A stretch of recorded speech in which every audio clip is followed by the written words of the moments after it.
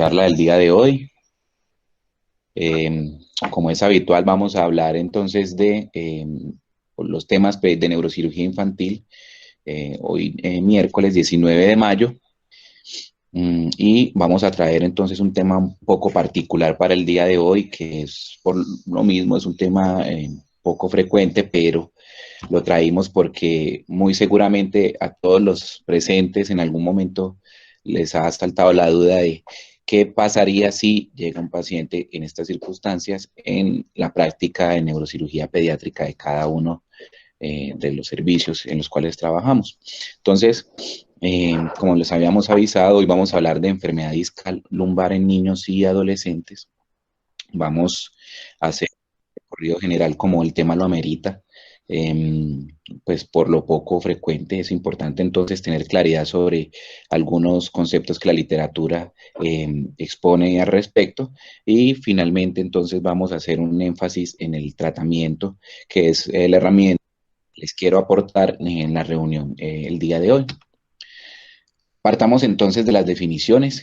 Para el 2001 eh, se estableció la Fuerza de Tarea Combinada de la Sociedad Norteamericana de Columna y sociedades radiológicas que se desempeñan en el campo de la neuroradiología y la radiología de columna, y este grupo se reúne para tratar de definir lo que es enfermedad o lesión discal, ¿cierto? Entonces ellos determinaron un espectro de hallazgos que se consideran enfermedad discal globalmente. En esta definición se incluye tanto niños como adultos, y vemos aquí un amplio rango de características que cuadran en la definición de enfermedad discal. Entre esas, entonces, como bien sabemos, tenemos los desgarros anulares, la herniación discal, que tiene una subclasificación entre protrusión y extrusión, y herniación intervertebral. Tenemos los hallazgos degenerativos, inflamatorios neoplásicos y otras variantes. Pero, dado que el paciente que amerita un tratamiento y un enfoque adecuado por las consecuencias que puede tener su mal manejo es el paciente con enfermedad intervertebral, pues nos vamos a enfocar más en estos, ¿cierto? Entonces ellos definen enfermedad o hernia intervertebral o enfermedad lumbar discal cuando se presenta una protrusión de cualquiera de los componentes contenidos en el espacio del disco intervertebral, llámese componente anular, núcleo pulposo, por fuera de los límites del espacio intervertebral. Cuando lo vemos, como lo muestro en esta gráfica, en una preparación coronal o sagital, los límites del espacio intervertebral están dados tanto por la vértebra superior como por la vértebra inferior, y sale tanto para cefálico como para caudal. Este contenido se llama hernia de disco intervertebral, o si lo vemos en un corte axial, es lo que se protruye por fuera de esa capacidad de esta forma. En adultos es bien sabido entonces que es una enfermedad bastante frecuente. Solamente en Estados Unidos hay una prevalencia de 12 millones de personas que padecen enfermedad discal y enfermedad herniaria discal lumbar, adultos. Esto determina que se realicen aproximadamente 300 procedimientos al año solamente en Estados Unidos, específicamente hablando de microdisectomías y disectomías abiertas. Y el pico de edad para el desarrollo de la enfermedad en el adulto y adulto joven está entre los 24 y los 45 años. Eso lo tenemos pues bien sabido todos los que manejamos los pacientes en la práctica diaria de neurocirugía, porque también sabemos muy bien, es la enfermedad lumbar más frecuente y es la principal indicación de cirugía lumbar en todo el mundo. En niños los datos no están muy claros, precisamente por lo raro, o sea que el imaginario de que es una enfermedad poco frecuente es muy acertado. Precisamente por lo raro, se sabe muy poco de esta enfermedad. Se sabe entonces que la incidencia de la enfermedad es de 0,2 de todas las patologías neurológicas y neuroquirúrgicas de los niños, bastante baja. Y en algunas series, cuando se ven los pacientes hospitalizados globalmente por enfermedad, por dolor lumbar pediátrico, solamente el 6,8% de estos pacientes tienen una enfermedad lumbar, discal lumbar, que explique el dolor por el cual el paciente es hospitalizado. O sea que cuando de aquí vamos sacando algunos conceptos y principalmente está que cuando tenemos un paciente pediátrico con un dolor lumbar, pues en realidad la patología herniaria lumbar no va a ser la más frecuente como causa de estos síntomas. Ese estudio es representativo de esta enfermedad en niños porque tiene la característica de acumular la experiencia de 28 años de seguimiento de patología discal lumbar en una población finlandesa. Ellos siguieron 12.000 pacientes y entre esos habían niños desde los 6 años aproximadamente y llegábamos a adultos de alrededor de los 60 años. Vean que es un estudio del 98 y ellos encontraron que ningún paciente presentaba enfermedad lumbar, ni dolor lumbar, ni hernia de núcleo pulposo hasta la edad de 15 años. Listo, como lo muestra la flecha. Antes de eso, era poco probable que cualquier tipo de dolor lumbar que presentara el paciente fuese explicado por una patología discal lumbar. A partir de los 15 años ya empezamos entonces en este estudio a ver en ese seguimiento hasta los 28 años que los pacientes empezaban a presentar dolores lumbares, enfermedad discal de cualquier otro tipo y hernia de núcleo pulposo siendo las menos frecuentes. Solamente 150 pacientes de esos 12.000 pacientes tenían una enfermedad discal específica y al caracterizar un poco más las características, valga la redundancia, de estos pacientes, encontrábamos un comportamiento en la relación hombre-mujer un poco llamativo, y era que definitivamente los hombres presentaban enfermedad lumbar, de hernia de núcleo pulposo y enfermedad discal más frecuentemente, incluso hasta 3 veces más que las mujeres, que eso es un dato a considerar pues al momento de tratar a nuestros pacientes.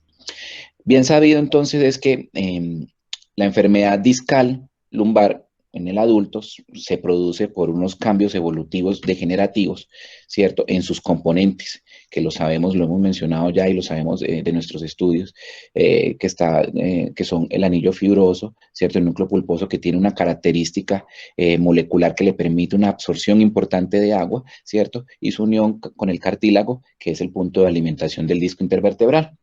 Entonces, con el paso de los años, vamos a pasar de tener un disco hidratado de muy buen aspecto, muy buenas características y con unos componentes biológicos y mecánicos íntegros que con el tiempo y secundario a la deshidratación constante va a tener una degeneración progresiva al punto que va a perder su integridad estructural y va a permitir la salida del contenido del núcleo, generando la patología herniaria en cualquier nivel que sepamos. Esto lo sabemos que es lo que pasa en el adulto. Sin embargo, en el niño existen dudas de qué es lo que causa la enfermedad. La mayoría de los autores al respecto coinciden en que sí hay algo que genera un deterioro acelerado y temprano de la capacidad del disco intervertebral. Sin embargo, se tienen algunas teorías de por qué se puede estar sucediendo esto, dado que los niños, como bien sabemos, no han presentado ni padecido el proceso de envejecimiento que explica la deshidratación del disco intervertebral. Entonces, hay algunos autores que han propuesto etiologías para la enfermedad discal en niños, como el trauma, ¿cierto? Y la separación epifisiaria en estos niños que todavía conservan esa placa epifisiaria en los extremos de los cuerpos vertebrales. También algunos encuentran una explicación en los factores genéticos y esto lo relacionan con patologías del colágeno y que algunos pacientes, en algunas series, incluso hasta el 20% de los pacientes pueden tener antecedentes familiares de enfermedad discal pues en padres y en abuelos. Y hay otros autores que han hablado de malformación, configuración segmentaria que generan una alteración mecánica que secundariamente nos va a dar una patología discal. Ninguna de los mecanismos propuestos tiene un estudio amplio y una explicación bien definida. Sin embargo, les voy a comentar un poco de los hallazgos de las malformaciones de la configuración del segmento lumbosacro, dado que hay estudios recientes que muestran con una evidencia estadística importante que hay una cierta relación en ciertas configuraciones que se salen de lo convencional en esos pacientes y que explican la enfermedad herniaria. Y para eso, entonces, está este estudio realizado en Beijing en el 2015 por el doctor Dang. Este estudio es un estudio que básicamente se hizo de manera retrospectiva, revisando registros médicos, mirando historias clínicas y estudios de imágenes, y estos autores hicieron un seguimiento del 2006 al 2014, mirando todos los pacientes por debajo de los 20 años, buscando 3 variantes específicas en la configuración de la columna de estos pacientes. Ellos miraban entonces unos parámetros claramente definidos, como los ven aquí, el intervalo intercrestal, que es la línea que vemos acá de A a F, que es una línea que se traza en el borde superior de ambas crestas ilíacas. Miraban la longitud de la apófisis transversa de L5 y miraban si existía vértebra transicional en la unión lumbosacra. Entonces, la explicación que ellos le daban a buscar estos 3 parámetros, además de su soporte en reportes de la literatura previos, estaba en que ellos, por ejemplo, mostraban que encontraron en alguna literatura que si el intervalo intercrestal estaba por encima del nivel normal, el nivel normal definido como la mitad del cuerpo vertebral, la mitad inferior del cuerpo vertebral del E4 y el borde superior o el platillo del E5, ese es el área en la cual se debería mover esa línea. Si una altura o un intervalo intercrestal se salía de ese rango, existía una mayor probabilidad de generar hipermovilidad intervertebral en los segmentos y eso podría aumentar la degeneración y la enfermedad interdiscal. La longitud de la transversa L5, si era mayor que la longitud de la transversa L3, que todos sabemos que es generalmente la más grande y la mejor formada de las transversas lumbares, si esta transversa de L5 era mayor que la L3, entonces se consideraba que el ligamento iliolumbar, que es una estructura importante para la movilidad del cemento lumbosacro, iba a estar mucho más firme en ese punto y iba a generar más rigidez en esa región, traduciéndose en hipermovilidad en segmentos superiores, y que la vértebra transicional, como todos sabemos, iba también a empeorar los segmentos adyacentes, dado pues a la fusión por lumbarización o sacralización. Entonces ellos miraron la relación de estos hallazgos y trataron de determinar en pacientes con enfermedad lumbar discal que habían sido operados cómo se presentaban estos hallazgos, con qué frecuencia. Entonces encontraron que solamente 3 de los pacientes que siguieron, o sea, que fueron operados por enfermedad lumbar, todos estos eran adolescentes, como vimos, menores de 20 años, solamente 3 de esos pacientes no tenían ninguna de las alteraciones. ¿Listo?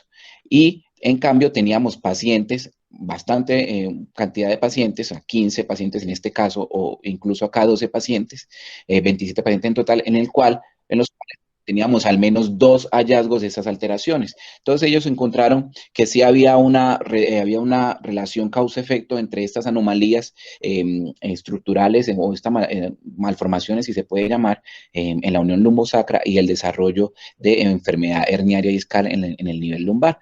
Y aquí pues les dejo pues para la grabación las relaciones de esta tabla, porque incluso encontraron que algunos hallazgos se relacionaban más con discopatía L4, L5 y otros hallazgos se relacionaban más con discopatía de L5, S1.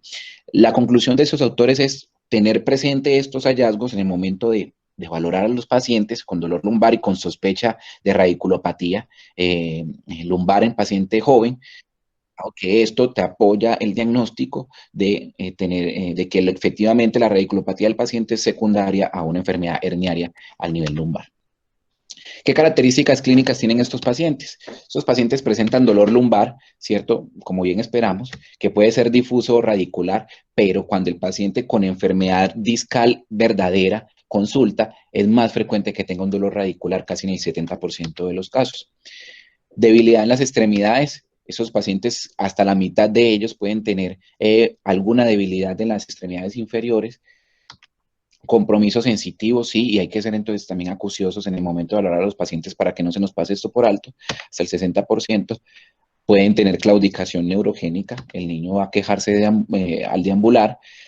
La caudaquina es, de hecho, bastante poco frecuente. Aquí está alto, pero en otras series hablan incluso del 4, el 3% del síndrome de caudaquina en estos pacientes. Disfunción esfinteriana. Historia clínica del trauma.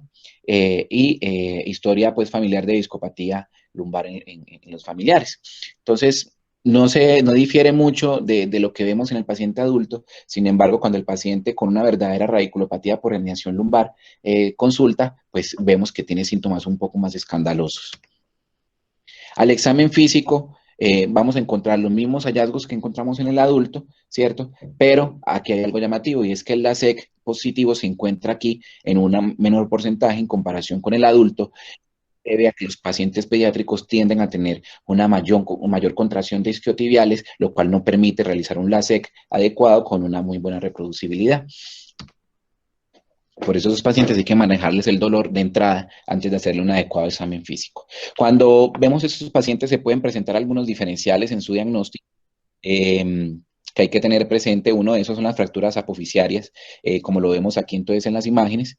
En pocas palabras es un desprendimiento de la porción superior o inferior del disco intervertebral, de la apófisis vertebral, ¿cierto? Que puede protruir hacia la región posterior y generar un efecto compresivo y síntomas similares a una herniación lumbar. Esto siempre se debe dar en el contexto de un trauma. En el 60% de las indagaciones se encuentra historia de trauma, así sea leve, en estos pacientes. El síndrome piriforme hay que indagarlo mucho en esos pacientes, principalmente cuando están en edad de realizar deportes. Esos pacientes pueden consultar con síntomas similares al síndrome de piriforme o pseudociática y sin duda no se nos puede escapar diagnósticos tan serios como los tumores y las infecciones. Igualmente vamos a tener pacientes que pueden presentar otro hallazgo en un quinto de los casos, que es una escoliosis reactiva al dolor. El paciente tiene un dolor tan severo y dada su flexibilidad ligamentaria, tiende a tener una escoliosis reactiva, y cuando le hacemos incluso rayos X a esos pacientes se puede ver, como en este caso, que es el caso de una paciente de 13 años con un dolor radicular agudo de una semana de evolución, y vemos que la paciente tiene una escoliosis que la hace como un mecanismo de compensación para tratar de abrir el foramen de la zona dolorosa y aliviar un poco el dolor. ¿Listo? Además de eso, vamos a encontrar aplanamiento de la lordosis, y hay algo muy llamativo en las imágenes, y eso es algo característico de este tipo de pacientes en comparación con el adulto, y es la cantidad o el volumen de saco herniario que se produce en estos pacientes. Aquí tenemos un núcleo pulposo y tenemos el contenido del disco intervertebral casi completo, ¿cierto? Bastante hidratado. Entonces las herniaciones van a ser herniaciones masivas, van a ser un componente grande generalmente en estos pacientes, a diferencia del paciente adulto, y vamos a encontrar más configuración de protrusión que de extrusión, principalmente porque dada la laxitud e integridad de las estructuras, los ligamentos es muy poco probable que se rompan y generen un secuestro o una extrusión en estos pacientes. Entonces vamos a ver unas protrusiones grandes, gigantes, contenidas por el ligamento longitudinal posterior en la mayoría de los casos, como lo vemos acá. También vamos a encontrar, esta gráfica pues muestra lo que les acabo de decir. Generalmente el ligamento se conserva en el paciente pediátrico con una herniación lumbar, y también vamos a encontrar en algunas ocasiones, eso es menor del 5%, calcificados estos discos intervertebrales herniados. No nos asustemos por esto cuando veamos a los pacientes, dado que el manejo no cambia, ¿cierto? Ya metiéndonos entonces un poco más en el tratamiento, existe la modalidad de tratamiento conservador o tratamiento médico de estos pacientes. El tratamiento consiste globalmente en darle reposo al paciente obligatorio las primeras 2 semanas, ¿listo? Y es un reposo relativo, pero más tendiente a ser un reposo de poca actividad. Esos pacientes, cuando consultan, como bien vimos, que se desarrolla la enfermedad a partir de los 15 años, son pacientes deportistas, entonces toca darles incapacidad médica, suspenderle los deportes y mandarlo para la casa para que repose al menos por 2 semanas, manejarle el dolor, y con el dolor controlado enviarlo a terapia física. La terapia física que recomiendan es realizar aeróbicos, flexibilización de la región peripélvica, estabilización del core, ¿cierto? En cuanto al manejo médico, no hay evidencia que ponga por encima los AINES de los relajantes musculares. Sin embargo, por la familiaridad y la tolerancia, recomiendan más los AINES, y hacer las inyecciones de esteroides epidurales En los estudios que revisé no se conoce si evita la cirugía, porque eso es un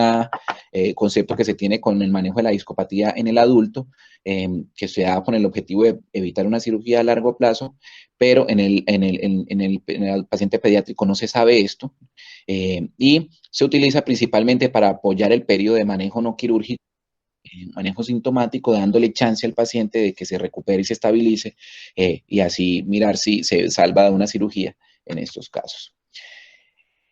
En cuanto a la pregunta, y eso lo hablaba con el doctor Cortés, sobre si bastaba solo con el manejo quirúrgico en el manejo conservador, perdón, en la mayoría de los casos, hay muy pocos estudios que hagan una comparación entre el manejo operatorio y no operatorio de esos pacientes, pero uno de los más significativos es un estudio del 82, bastante viejo, en el cual estos autores mandaron para manejo no operatorio a 10 pacientes de 23, los 13 fueron operados, 10 solamente de manejo conservador, pero el manejo conservador fue un manejo agresivo. Listo, eran pacientes que lo llevaban a reposo por hasta 6 semanas, era un reposo bastante restrictivo, le hacían terapias de tracción, fisioterapia, y después de eso quedaban con un corsé de 3 a 5 meses. Esos eran los pacientes que para estos autores se lograban salvar de una cirugía.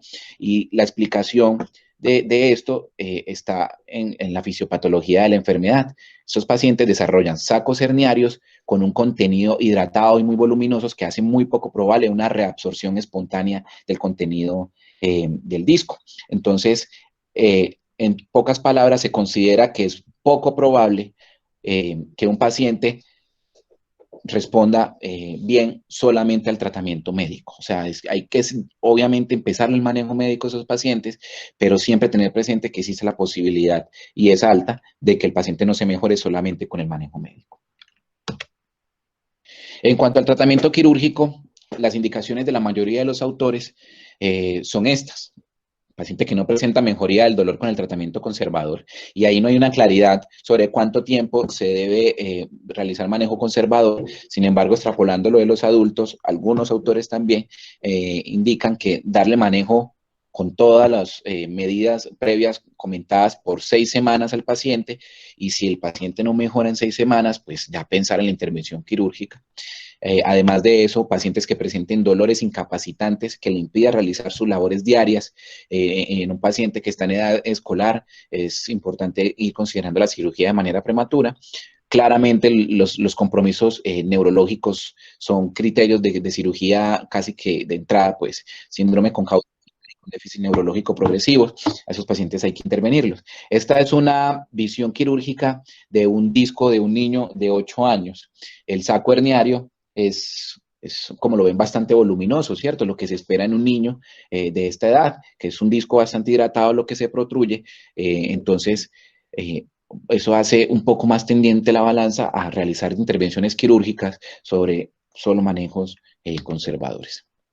Y les voy a traer entonces algunos estudios de comparación del manejo quirúrgico entre niños y adolescentes y adultos, para mirar los desenlaces y efectivamente esos pacientes no están en más riesgo quirúrgico que el adulto, y si efectivamente es benéfico para ellos. ¿Listo? Para el 2017 se realizó entonces este análisis del registro de cirugías de columna noruego. Ellos básicamente llevaban pacientes con radiculopatías, valoraron pacientes que tenían radiculopatía y fueron llevados a microdisectomía de un solo nivel en un periodo de 7 años, y tenían este rango de edad, le hicieron un seguimiento a un año. Esta gráfica se ve un poco grande, pero es solamente para mostrarle que cuando comparamos los pacientes adolescentes operados y los pacientes adultos, miramos el perfil de las complicaciones. No se complican más los pacientes jóvenes, adolescentes y pediátricos en comparación con los adultos. De hecho, ellos tienen más tendencia a complicarse que esto. O sea que hay que irle perdiendo un poco el miedo a ese tipo de cirugías. El tiempo quirúrgico de esos pacientes es el mismo. Los días de hospitalización también son similares. Estos pacientes pues tal vez se demoran un poco más, pero a la final no hay nada pues contradiga la opción quirúrgica en estos pacientes. Esto lo refuerza este estudio observacional del registro de cirugías de columna en suizo. Es un estudio observacional, ese tiene más pacientes pediátricos, 151 pacientes, y lo compararon con muchos pacientes adultos, como los acá, hicieron un seguimiento un poco más allá, incluso a 2 años, y miraron parámetros funcionales de respuesta del dolor y miraron el Oswestry, entre otras cosas. Y estos pacientes, como vemos acá, los pacientes tenían una alta tasa de éxito con la cirugía en general, y la tasa de reoperación es lo único que preocupa en algunos autores con estos pacientes, principalmente en ese paciente, en este autor del 98, perdón, que la tasa de reoperación puede ser incluso hasta 28% cuando se hace un seguimiento a 11 años. Listo, muchas gracias.